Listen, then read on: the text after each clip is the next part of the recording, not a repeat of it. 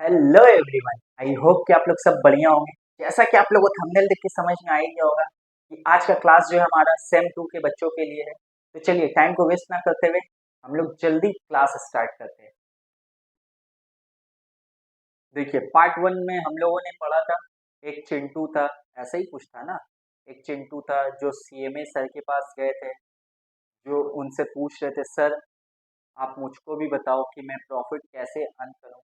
तो आप ये सब जो है पार्ट 1 में पहले जाके देख लेना, और ये जो पार्ट 2 तब उसके बाद देखना, तब जरा बेटर वे में आपको समझ में आएगा।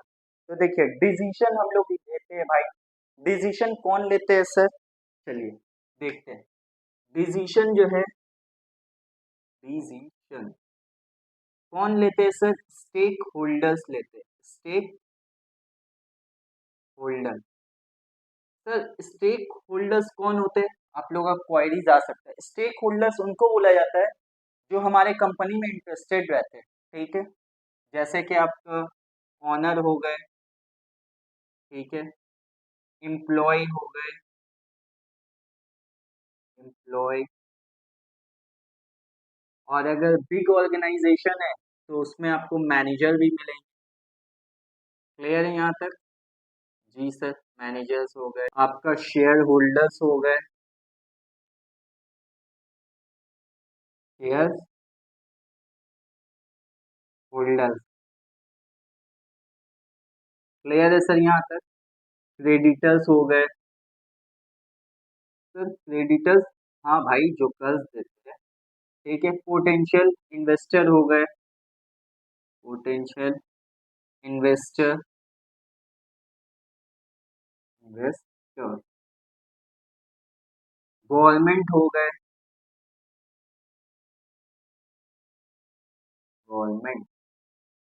देखिए डिसीजन कौन लेते हैं sir? Stakeholder. Stakeholder कौन होते हैं सर? जो हमारे कंपनी में इंटरेस्टेड रखते हैं।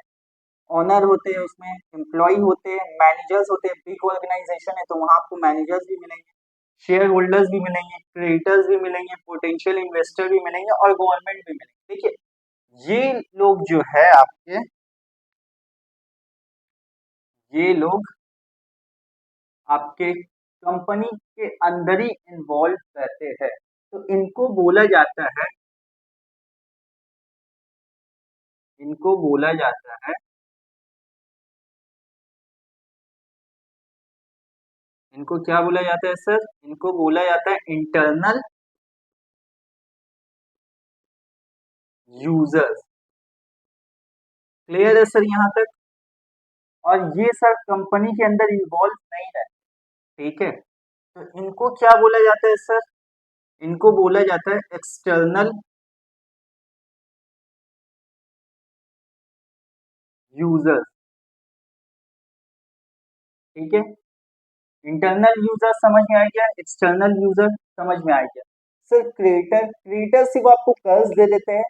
ठीक है सर, पोटेंशियल इन्वेस्टर किसको बोला जाता है? पोटेंशियल इन्वेस्टर वो जो है आपका सिर्फ अभी मतलब कि वो पैसा लगाए नहीं है, वो आगे लगाएंगे। तो भी वो देख रहे हैं कि आपका ऑर्गेनाइजेशन कैसा रन कर रहे हैं।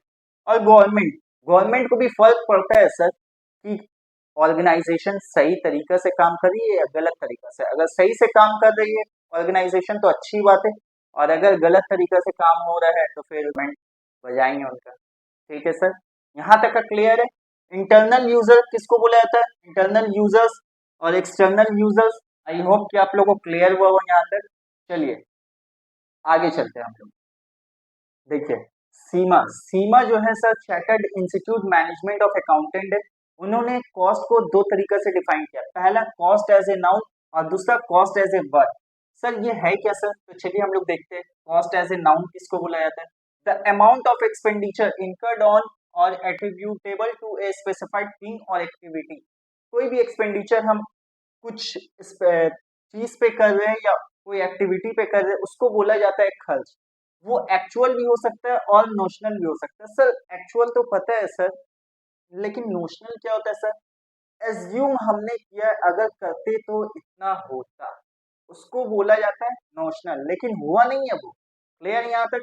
चलिए कॉस्ट एज ए वर्ब अब समझते हैं। To ascertain the cost of a specified thing और एक्टिविटी मीन्स खर्च निकालना। क्लियर है यहाँ तक सर?